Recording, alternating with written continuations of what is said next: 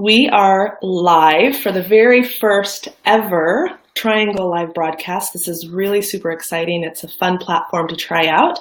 My name is Naomi Hadaway. I'm the founder of the I'm a Triangle community and movement. We can be found online inside of our Facebook group. And today I am super excited to have Stephanie Ward along with us from Firefly Coaching. And in the background, we apparently have my dogs along with the ride as well today. Before I let Stephanie introduce herself, though, I want to just give a little bit of feedback on how this broadcast works. So it is as if we are sitting with you wherever it is that you are. You can comment away, and we will be able to see your comments, and we'll have some engagement. We'll have questions and answers at the end. And along the way, if you have questions about what we're talking about, feel free to ask. We can see that. We will engage with you. We want to say hi. So the first thing is we'd love for you all to, if as you're watching, tell us where you are in the comments. That would be great. So Paula says that she has no sound. Is anyone else on that does have sound that could weigh in and let us know if that's a problem for our broadcast or if it's an individual problem? Hi, Paula. We can see you.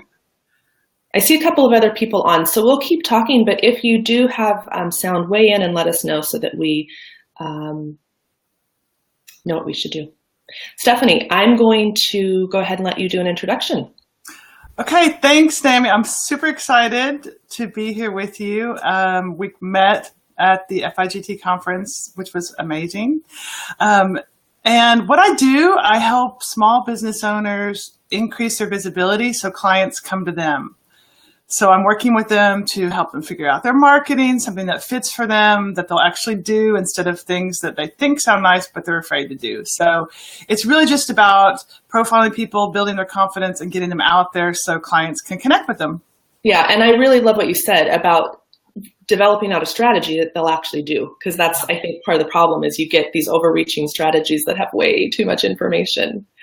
So we have Shauna here with us. Hi, Shauna. Hey, Shauna. Donna has sound and Paula has sound. So that is very exciting. Okay, if you're with us live, let us know where you're sitting. Where are you watching this from? What city, what country, what location? We'd love to know where everyone is from. Stephanie, where are you at the moment? I am sitting in Apeldoorn in the Netherlands, and it's quite overcast, but spring has sprung. That is good. And yeah. I'm in Columbus, Ohio in the United States, and spring has definitely sprung. The colors are amazing and beautiful. I'm very excited. Okay, let's jump right in. So the first thing I think that we need to talk about is the what. What are authentic relationships? What are strategic partnerships?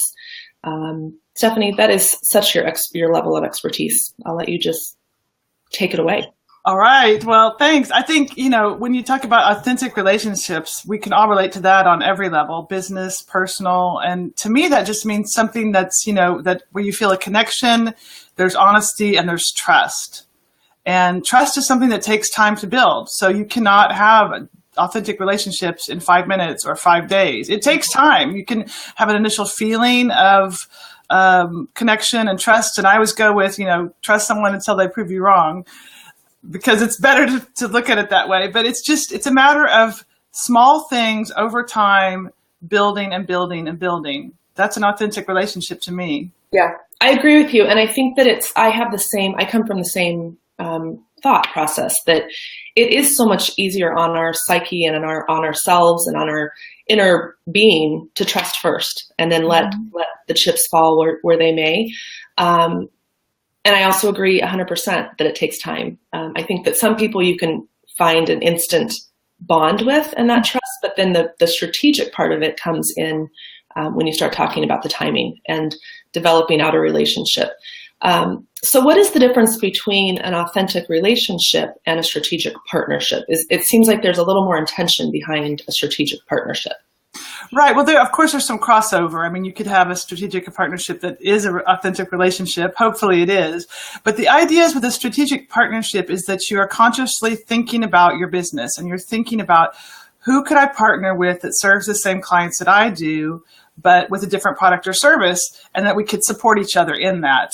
so that I send them clients, they send me clients, or it could also be a one-way partnership, which we can talk more about later. But the idea is that you consciously, it's not like you just meet someone and you click or you run into someone, but that you consciously sit down and actually even make a list of people, like who could this be? Who could be my partners? And then the steps of approaching them and talking with them and then building that out on that level. So let me ask you this question, because some of the people that are going to watch this might be saying, well, I don't have a business, so this doesn't apply to me. Are there ways that we can talk around not just having a formal business? What are other opportunities or situations where we might be able to look at life and our relationships in the way of strategic partnerships? I think everything. I mean, if you're a volunteer, you could look at raising money. If you are, with other moms, if you're raising children, if you're staying at home with, trying to make some partnerships with some other moms about, gosh, a number of things. It could be for childcare. It could be for events or, getting together. Yeah. Anything really can be applied to. Well, and I nationals and global nomads, that kind of plays into what I'm passionate about, building a community. Mm-hmm. And if you look at, in a strategic way, how to build relationships that will help you with what you need. I like that. Yeah, so, and I think one of the first things to do, just when you were saying that, it just popped into my head, is that when you are trying to build a community, always give first. Always, always, always. In a relationship, in a partnership, don't wait, give first. Yeah, I so agree with that. And I think there's a lot of people in the space, the thought leader space, talking about giving first. Gary Vaynerchuk is a jab, jab, jab, right hook guy. Right. And actually, it was interesting. Someone in the I Am a Triangle group this morning posted about her recent relocation to a new location. And she mentioned that she had gone to a pub, and when she was there, she reached out to the owners and said, here I am. Like, she opened her hands and she said, here I am. This is what I know how to do. This is what I'm good at. And I'm here. And like a week later, they contacted her and she now has a job. Fantastic. But I think it goes back to giving of yourself first, and saying, this is what I have and I can give to you. And it turned into a job. So I think that's great. Okay, so the who. Oh, wait, hold on. I want to just acknowledge we have Beth. Hi, Beth. Southern California. So it's early for Beth. She's up early. Wow, that's really early. I think 6:30 in the morning. Hats off, my friend. Yep. Happy to have you here, Beth. Okay, so we've talked about the what. Now the who. What tips do you have for how to find the best strategic partners? And we talked about this isn't just around business, but it's also in relationships, friendships, being able to maximize your family's time in a location. How do you find the people? Well, I like to look at it in two ways, and these both support each other. So you can do offline and online, and they complement each other really well. So offline, you can, of course, Google anything, internations.com, meetup.com, LinkedIn, Facebook, to try to find some in-person events that you can actually attend and meet people face-to-face. And then on the online side, again, Facebook groups, you can search LinkedIn, you can use Twitter hashtags. There's so much online that you can find. So it's just a matter of actually sitting down and being willing to spend a little time doing some research. And what you'll find is it's kind of a snowball effect. Once you find one thing, it will lead you to another thing, and leads you to another thing. And a lot of times the offline and online platforms, some of those platforms like meetup.com have both aspects. You can connect with people online as well as in person. Right. And I think that you mentioned Internations, which is a great way. The TriConnect, the I Am a Triangle TriConnects are another. They're location-based, and you can easily find people to connect with inside of your location. And then we have topic groups also, so missionaries, military, to kind of get out, expand a little bit. I almost think, too, that sometimes it's a matter of just brainstorming with people that know what you need or know you well enough to just say, well, what about this? And making those suggestions. So for sure, brainstorming with someone that just knows you and or someone who's local would be a great idea. Yeah. I want to give a little shout out to Marielle. Hey, we met at FIGT too. Yes. Yes. I love FIGT and the connections and the in-person.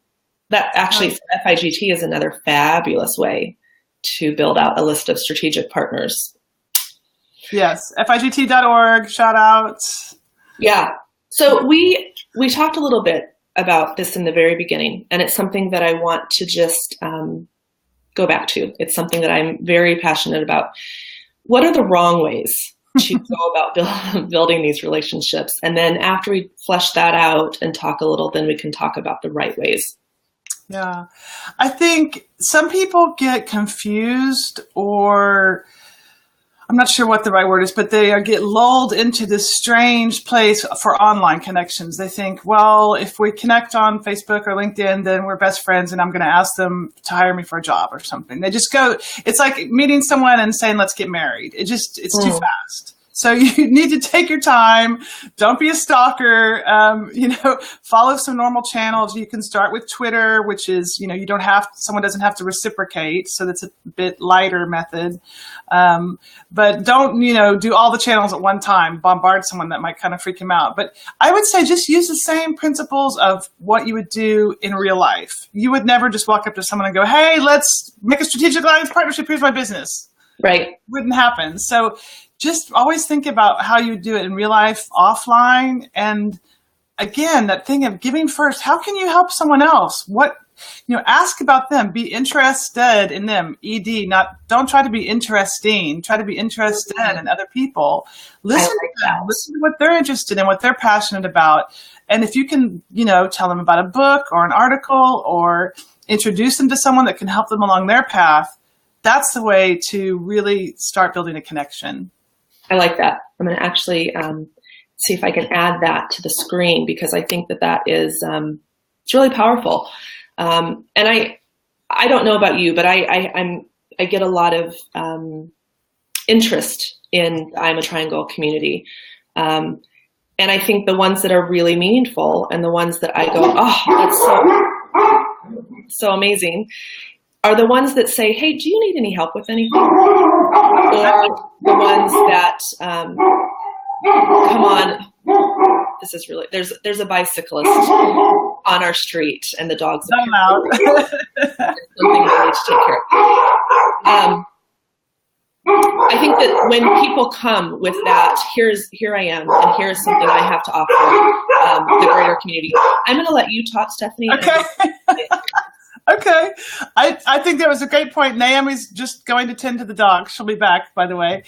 It's so important that, especially for Naomi, because she has this humongous community. She's built this amazing community in such a short period of time, is that when you are looking to connect with someone, if you can just offer first, it makes all the difference in the world in the way the connection begins. And we can always all help each other with something. So there's no reason not to start with that question. Even if you are in a desperate need of help yourself, start by asking, what could I do for you? Is there something I could do for you? Yeah, I love that.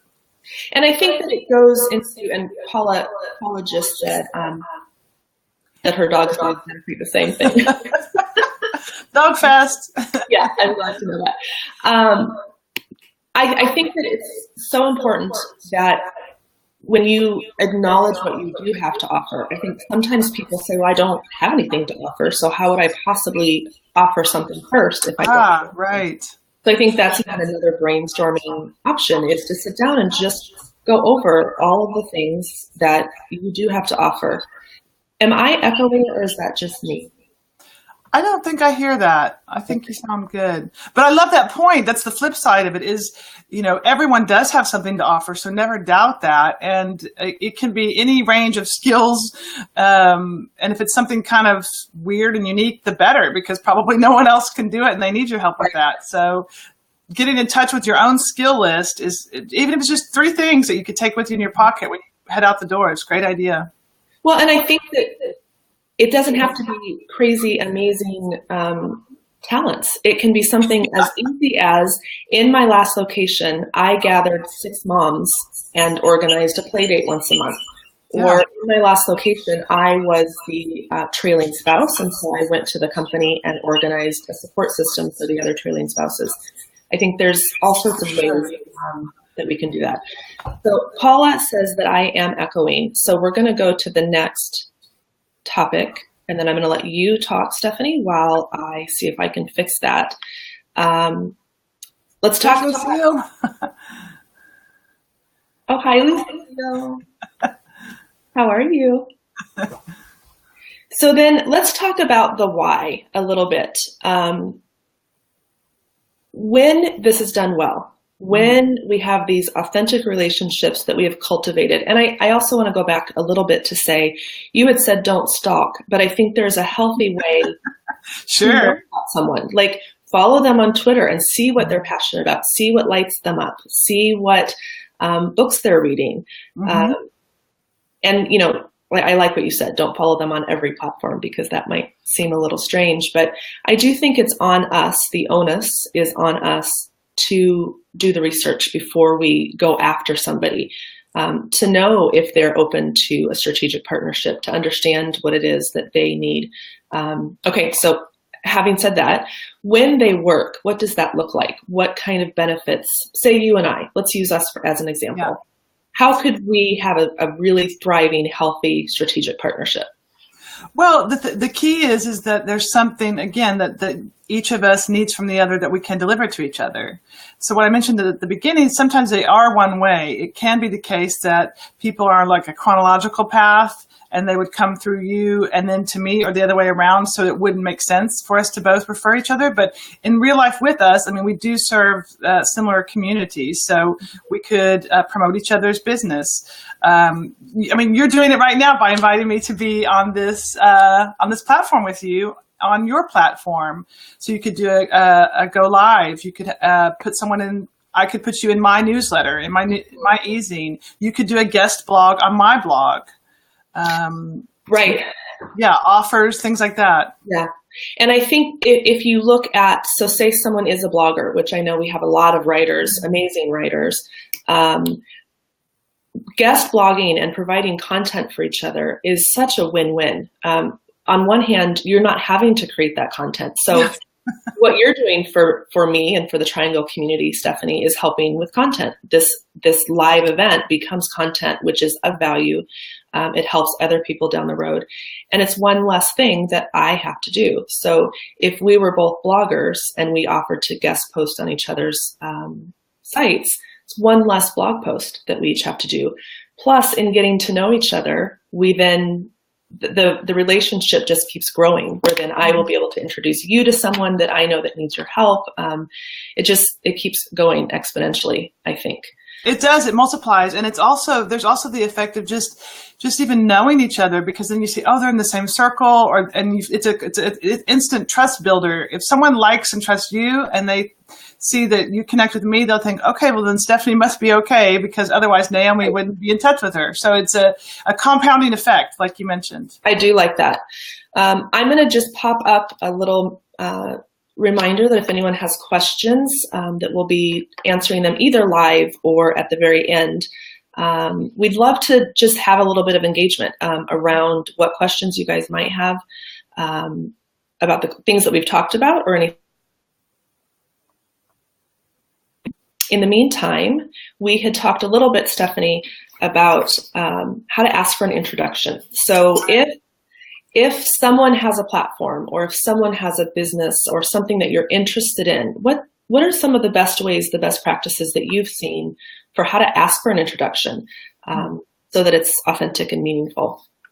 Well, the thing that you said is when you actually get to that point is to offer how you can help that person. But before you get there, what I always recommend is to use LinkedIn. LinkedIn is so powerful. If you're not on LinkedIn, get on there. Go into LinkedIn, find the person you want to meet, and see if there's someone that you know that knows them. Most of the time there is some, and if not, okay, then there's another way to do it. But that's where I'd go first, or on Facebook, and see, are they friends with the same people? Could someone make that introduction for you? That way, it's a warm introduction. So once you get that, then always make a proposition in terms of what's in it for the other person. So not like, I would love to blog post on your site, or I would love you to read my book, or I wish you would do this for me. No, turn it around and make sure you're talking only about how I could help you. So what you said as an example would be, I would say, hey, Naomi, I know you have to create a lot of content for your community. Would you like it if I made a blog post that specifically speaks to an issue that your community has? What would that be? And let's talk about it. Right. And I think also in talking about looking for those mutual connections, like you mentioned with LinkedIn, I always get a little frustrated too when there's not a balance. When someone sends me a message, or I see someone doing it even online, where it's, this is what I need from you, and there's a list of 30 things. And then at the very end, it's like, and I could do one thing for you. Or nothing. They don't say anything. Yeah. Yeah. So, I think if there's a little bit of balance there too. And I think sometimes we could maybe just be vulnerable and say, I would love to be in your space. I'd love to get to know you more. I would love to be able to learn from you. Everyone always says, pick your brain. That's, don't say that. Yeah, don't say that. But I think there are ways that you can authentically say, like, I think that you have knowledge to bring me, and I'd love to know if there's an opportunity for me to learn from you. Because then, like, I do this all the time. Twitter is my favorite way to make connections with great.